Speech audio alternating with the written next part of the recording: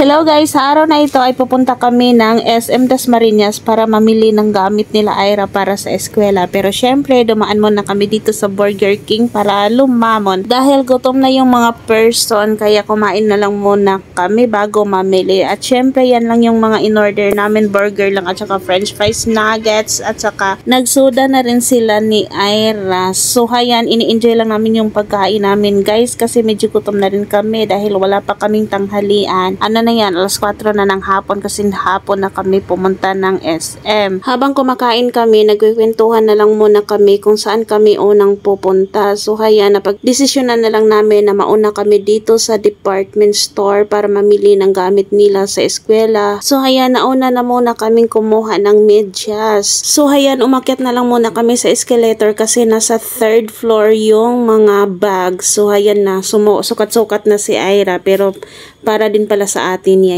yan.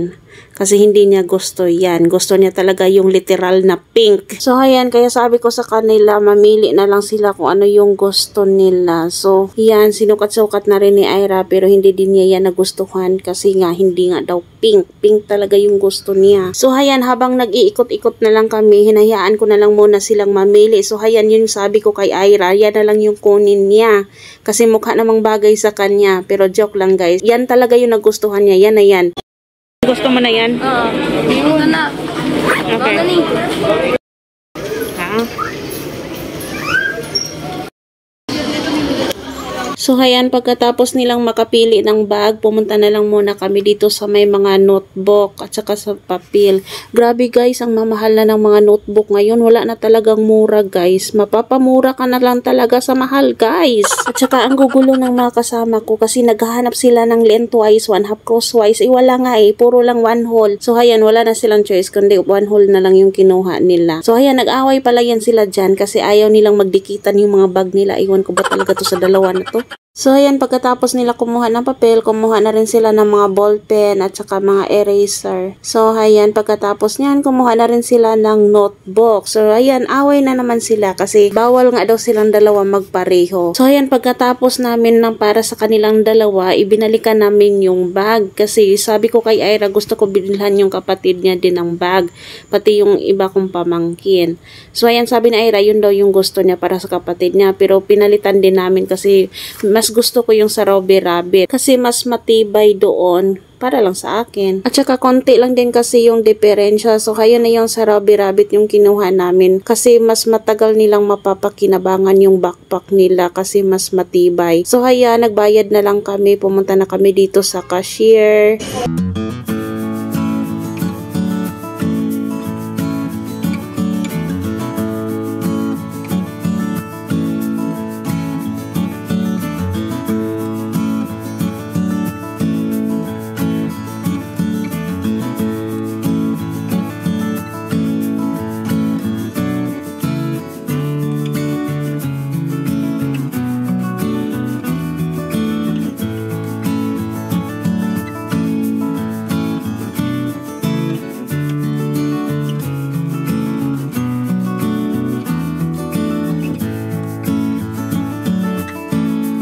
So, ayan, pagkatapos namin mamili, pumunta lang kami dito sa massage chair para makapag-massage naman.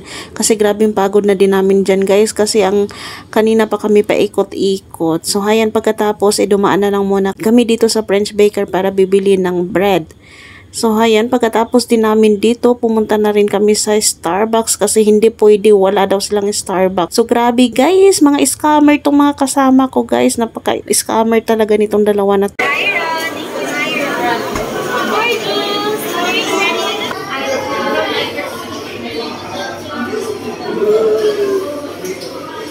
Then, kinabukasan, dahil Barbie is life to si Ira, kaya sabi niya gusto daw niya manood ng Barbie.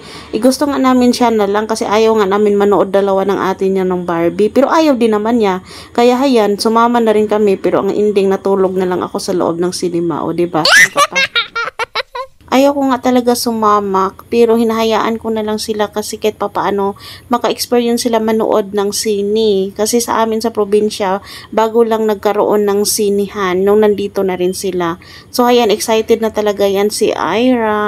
So Guys, nandito na kami sa sa loob ng cinema. Tapos, na-shock ako kasi ang laki pala dito. Tapos, ang laki ng screen.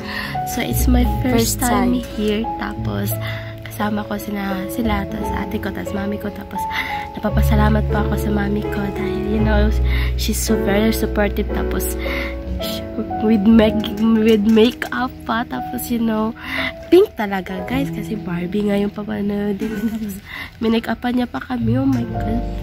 So, it's so big, guys. Yan. Managid, guys. Itog daw kayo. Barbie.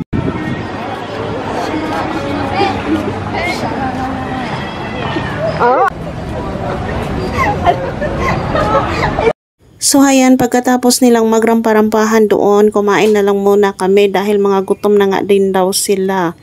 So, ayan, habang naghihintay kami sa food namin, ayan, nagtatawanan lang, nagkikwentuhan, o diba, mga walang magawa sa buhay, guys.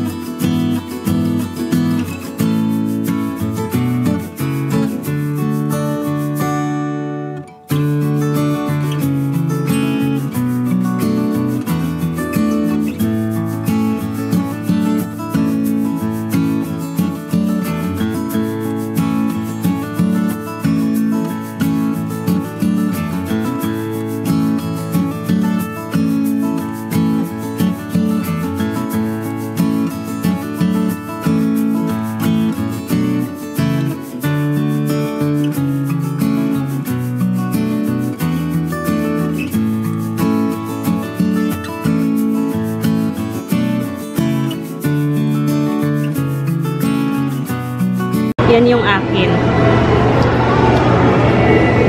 Yan din yung ka-joy-joy. Yan. Huwag na nang bilangin yung sa isa. Huwag nang bilangin yung isa, oh. 15 minutes. 3 minutes. Mga anak mo. Sa anay. Second batch? Second daw. Daw. Second daw. Well, us. Mami, umuunan. Diyan punta niya siya na yun. Pinita mo.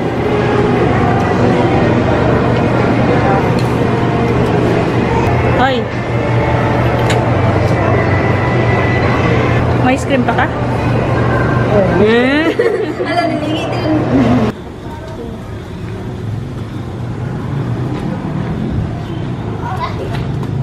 Lang. Mag-ice cream. Oh, yun na po, guys.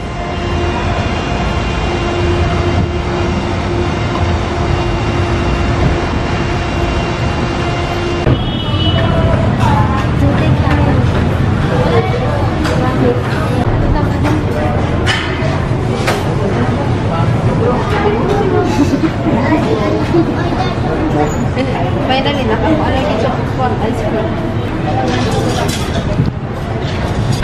Enjoy na lang na imong ice cream ay.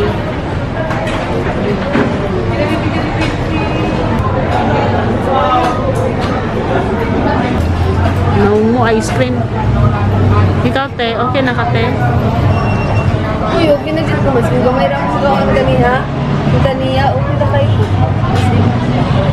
Ako na siya naging ice cream, hindi masag ko.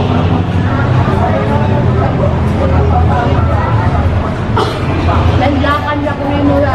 Or?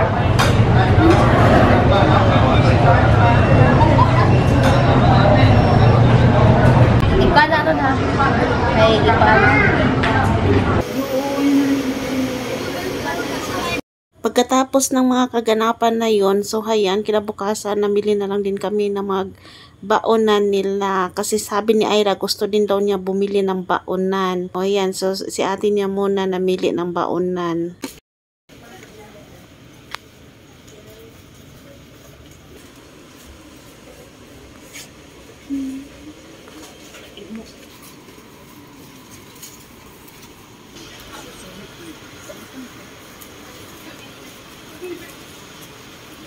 Ito na sa final. Sure. Ito yung napili ko, guys.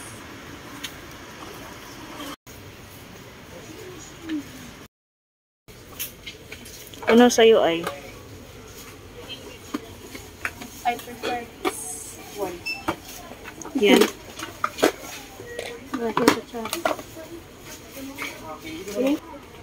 Tara, guys.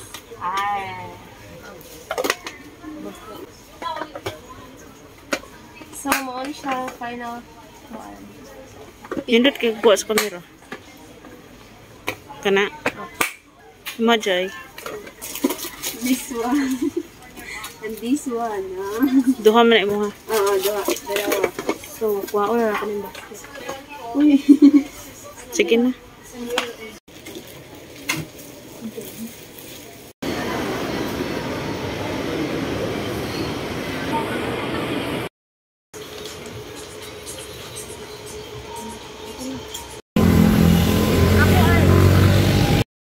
Kinagabihan, kumain na lang kami sa McDonald's. So, ayan, nilubos-lubos na talaga to ni Ira yung pagbabakasyon niya dito. So, ayan, pagkatapos namin umorder, kumain na rin kami. Itong isang kasama namin, na pag-iwanan to, kaya malungkot siya. Ang lungkot-lungkot niya dito kasi iniwanan siya ng ahem-ahem niya. Huwag ka na mag-react dyan kasi yun naman talaga napag-iwanan. Joke lang yan guys. Masama lang talaga pakiramdam niya dyan kaya tahimik siya na medyo malungkot. So hayan, habang ini-enjoy ni Ira yung chicken niya, syempre hindi rin mawawala sa kanya yung ice cream niya. So hayan, hindi lang yan isa guys, kundi dalawa yung ice cream niya dyan.